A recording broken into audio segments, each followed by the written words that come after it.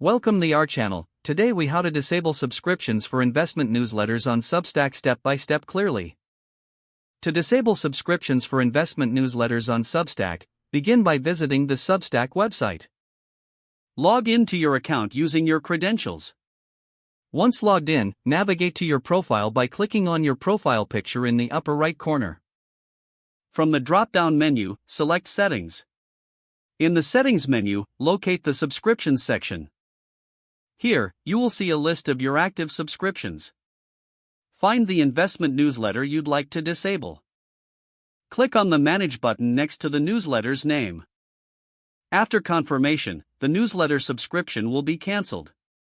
You can return to your settings to double-check that the subscription is no longer active.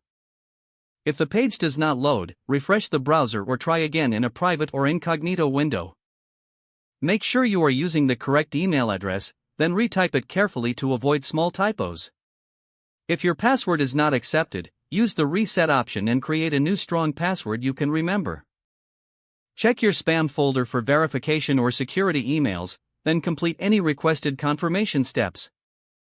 Enable two-factor authentication if available to improve account security and reduce unauthorized access risk.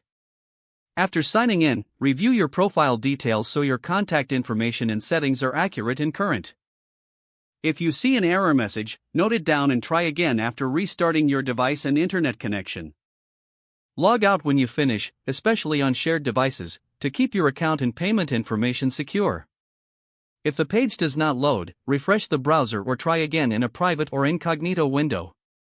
Make sure you are using the correct email address, then retype it carefully to avoid small typos.